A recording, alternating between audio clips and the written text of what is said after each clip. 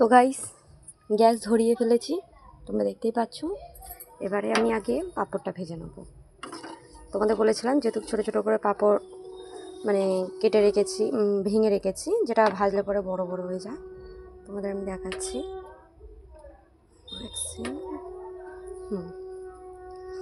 তো দেখতেই পাচ্ছ আমি ছোটো ছোটো করে পাঁপড় ভেঙে রেখেছি। তো এগুলো তেলে দিলে অনেক বড় বড় হয়ে ফোলে, ঠিক আছে। তোমাদেরকে আমি ভেজে দেখাচ্ছি।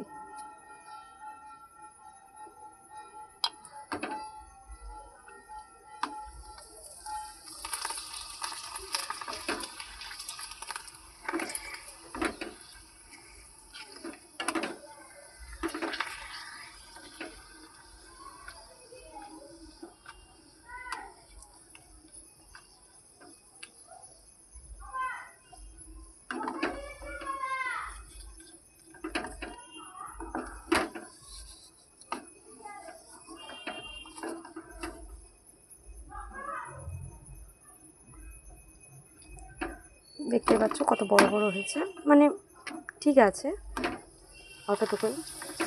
এবারে দেখো, তখন তেলটা গরম হয়নি, তাই জন্য। এবারে দেখতে পাচ্ছ গ্যাসটা একটু কমিয়ে দিলাম, এটা পুড়ে যাবে এবারে।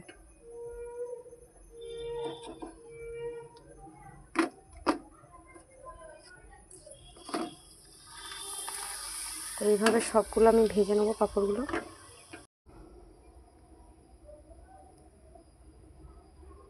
এবারে দেখো বেগুন ভাজা, পাঁপড়গুলো ভাজা হয়ে গেছে, দেখতেই পাচ্ছ এখানে সব পাঁপড়গুলো বড় বড় হয়ে গেছে, কি সুন্দর, ঠিক আছে।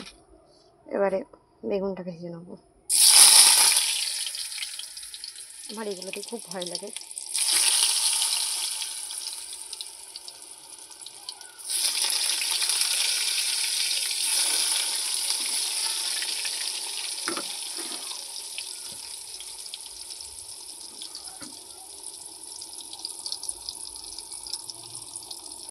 আমার বেগুন ভাজা হয়ে এসছে। একটু আমি উপর দিয়ে লঙ্কার দানা ভেঙে দিয়েছি, যাতে বেগুনটার মধ্যে একটু ঝাল ঢোকে, যাতে একটু ঝাল ঝাল লাগে খেতে।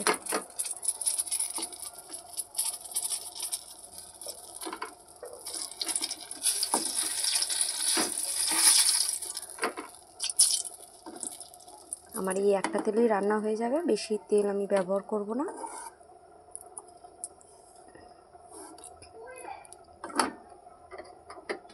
তো আমার বেগুন ভাজা হয়ে গেছে।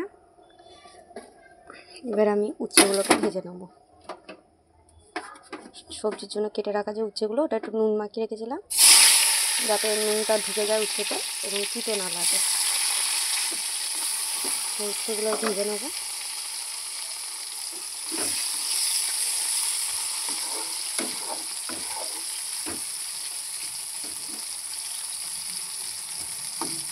আরেকটা কথা বন্ধুরা, আমি কিন্তু বেগুন ভাজা হলুদ দিইনি, কারণ আমি বেগুন ভাজা হলুদ দিয়ে মানে বেগুন হলুদ দিয়ে ভাজি না, কারণ বেগুন হলুদ দিয়ে ভাজলে তেলটা পুড়ে যায়, কালো হয়ে যায় পুরো। তারপরে আবার তার মধ্যে কোনো তরকারি রান্না করা যায় না, যাতে তেলটা ওয়েস্ট না যায়, তার জন্য আমি হলুদ ছাড়াই বেগুনটা ভেজেছি। এবার আমি উচ্ছেগুলো আগে ভেজে নেবো। তোমরা দেখতেই পাচ্ছ উচ্ছে ভাজা হয়ে এসছে আমার। উচ্ছেগুলোকে এভাবে লাল লাল করে ভাজতে হবে, যাতে তিতো না লাগে। একটু নুন দিয়ে ভেজে নিয়েছি, যাতে তিতো না লাগে, ঠিক আছে। এবার আমি উচ্ছে কটা নামিয়ে নেব।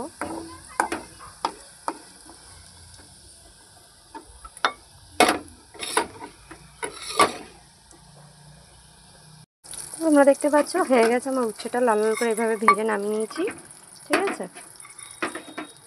এবার বেগুনগুলোকে ঠিক এভাবে ভেজে নেবো, নাহলে সবজিতে বেগুনটা আগে দিয়ে একসাথে দিলে বেগুনের কিছুই খুঁজে পাবো না, পুরো গলে যাবে। তাই জন্য বেগুনটা এরকম ধিমে আছো, বেগুনটাকে একটু ভেজে নেবো। বেগুন এরকম লাল লাল করে একটু ভেজে নেবো, আর একটু লাল হবে বেগুনটা, ঠিক আছে। ধিমে আছে এবার ভেজে নেবো।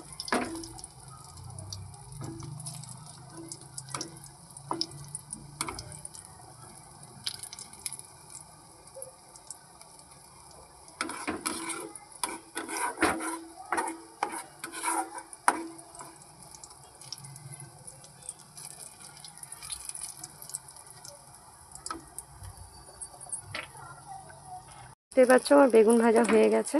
এবার এগুলো নামিয়ে নেবো।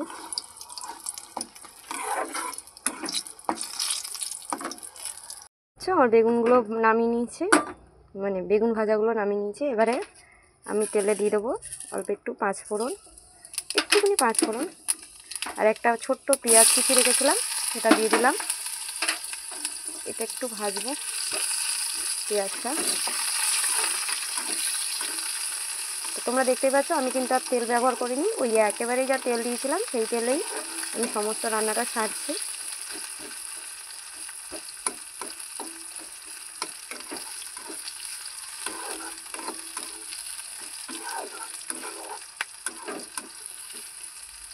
পেঁয়াজটা বেশি লাল করতে লাগবে না, কিন্তু একটু নরম হলে তারপর আমি সবজিটা দিয়ে দেবো।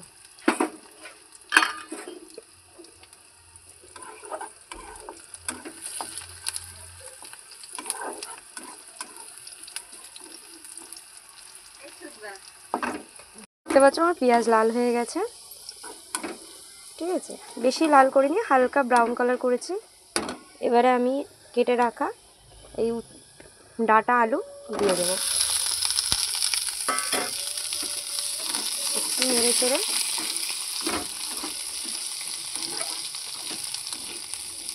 এটাকে এবারে একটু ঢেকে দেবো। এখনই নুন দেবো না, একটু মজিয়ে গেলে তারপর আমি নুনটা দেবো। এটাকে ঢেকে দিলাম। এগুলো লাল হয়ে গেছে, এবার আমি এতে একটু নুন দিয়ে দেবো। আমি এতে একটু অল্প করে নুন দিয়ে দেবো, বেশি দেবো না, এই 1 চামচ মতন, 1 চামচেরও কম একটু নুন দিয়ে দিলাম। আর একটু দিই, মানে কম হয়ে যাবে। সবাই নিজেদের আন্দাজ মতন নুন দেয়, আমিও একটু আন্দাজ মতন নুন দিয়ে দিলাম।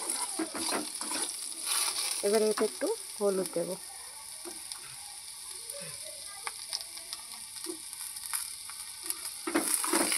দিয়ে এটাকে ভালো করে নেড়ে চেড়ে ভেজে নেব।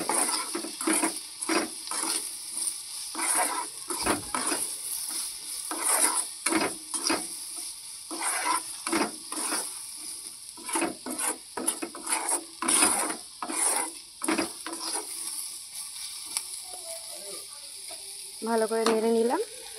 এবার আমি এতে পরিমাণ মতন জল দিয়ে দেবো অল্প, সেটা আলুটা গলে যায়।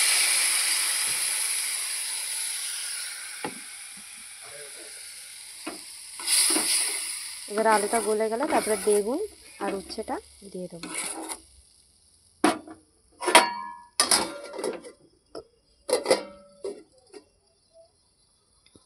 দেখতে পাচ্ছ আমি একদিকে চাটনিটা বসিয়ে দেবো, এতে করে নেবো বাটিতে করে, অ্যালুমিনিয়াম বাটিতে, যাতে আমাকে আবার বাটিতে না ঢালতে লাগে। তো আমি প্রথমে অল্প একটুখানি তেল দিয়েছি, দেখতে পাচ্ছ, ওর মধ্যে একটুখানি পাঁচফোড়ন ছেড়ে দেবো।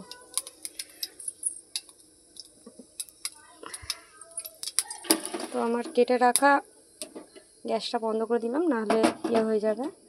দেখতে পাচ্ছ খোসা সমেত আম কেটে রেখেছি, এটা দিয়ে দেবো। তোমরা কে কে খোসা সমেত আমের চাটনি খেয়েছো এটা আমাকে কমেন্টে জানাবে।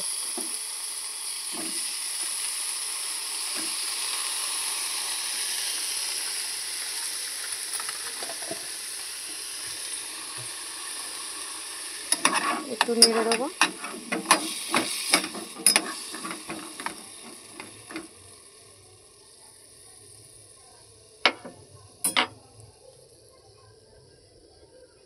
এবার আমি আবার গ্যাসটা জ্বালিয়ে দেবো।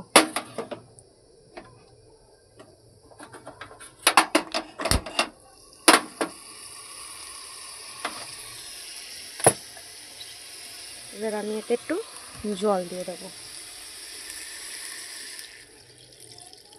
আমি এটা ভাজবো না, কিছু না, একটু জল দিয়ে দেবো, এতেই আমার গলে যাবে আম। দেখতে পাচ্ছ অল্প করে জল দিয়েছি।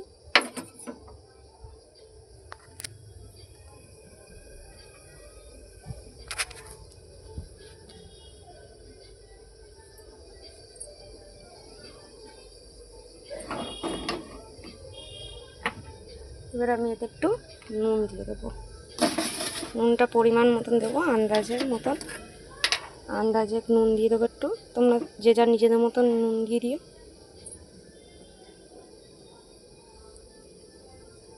এই চাটনিটা একবার করে খেয়ে দেখবে। যারা যারা খেয়েছো আমাকে কমেন্টে জানিও, আর একবার করে খেয়ে দেখো এরকম করে খোসা সমেত। এবার আমি এটাকে ঢেকে দেবো। দেখতে পাচ্ছ জলটা কমে গেছে, এদিকে আলুটাও গলে গেছে, দেখতে পাচ্ছ। এবারে এতে আমি ভেজে রাখা উচ্ছে বেগুনটা দিয়ে দেবো, দিয়ে ভালো করে একটু নেড়ে দেবো।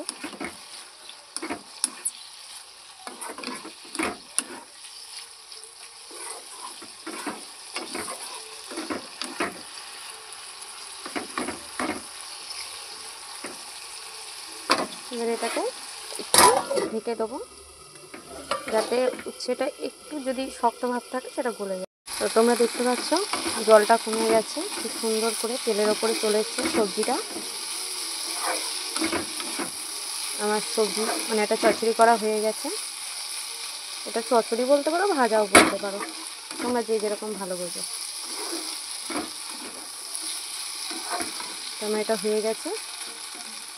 এবার আমি গ্যাস বন্ধ করে এটাকে ঢেলে নেব।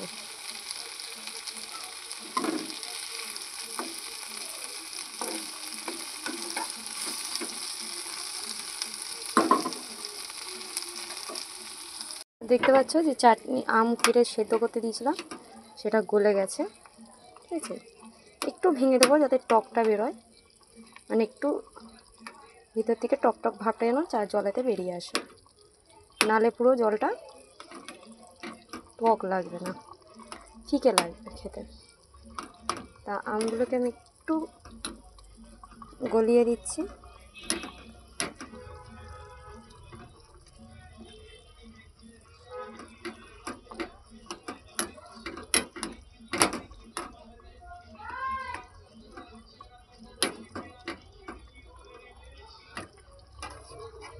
তো বন্ধুরা যারা যারা এরকম খোসা সমেত আমের চাটনি করে খেয়েছো আমাকে প্লিজ কমেন্টে একবার জানিও।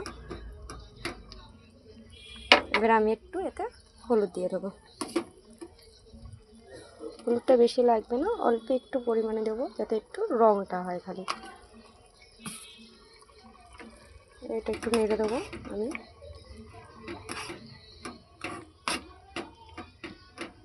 এবার এতে আমি একটু চিনি দিয়ে দেবো। তো চিনিটা আমি অল্পই দেবো, কেন বেশি মিষ্টি আমার ঠাকুমা খায় না, তার জন্য আমি অল্প একটুই চিনি দেবো।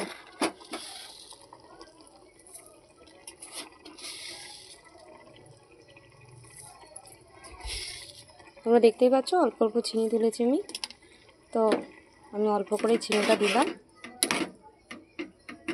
এবারে যদি বেশি টক হয় তাহলে আমি আবার একটু পরে এতে নামানোর আগে একটু চিনি দিয়ে নেব। তো তোমরা দেখতে পাচ্ছ গাইস আমার রান্না হয়ে গেছে, যেমন তোমাদের দেখিয়েছিলাম। বেগুন ভাজা করেছি, পাঁপড়গুলো ভেঙে নিয়েছি, এই উচ্ছে বেগুন ডাঁটা আলু দিয়ে একটা সবজি হয়ে গেছে আমার। ভাতটা আমি আগেই করে নিয়েছিলাম। আর এই যে হচ্ছে খোসা সমেত আমের টক, এটা হচ্ছে আমাদের আজকে রাতের ডিনার। তো আমার রান্না সবার কেমন লাগলো আমাকে প্লিজ একবার কমেন্ট করে জানিও।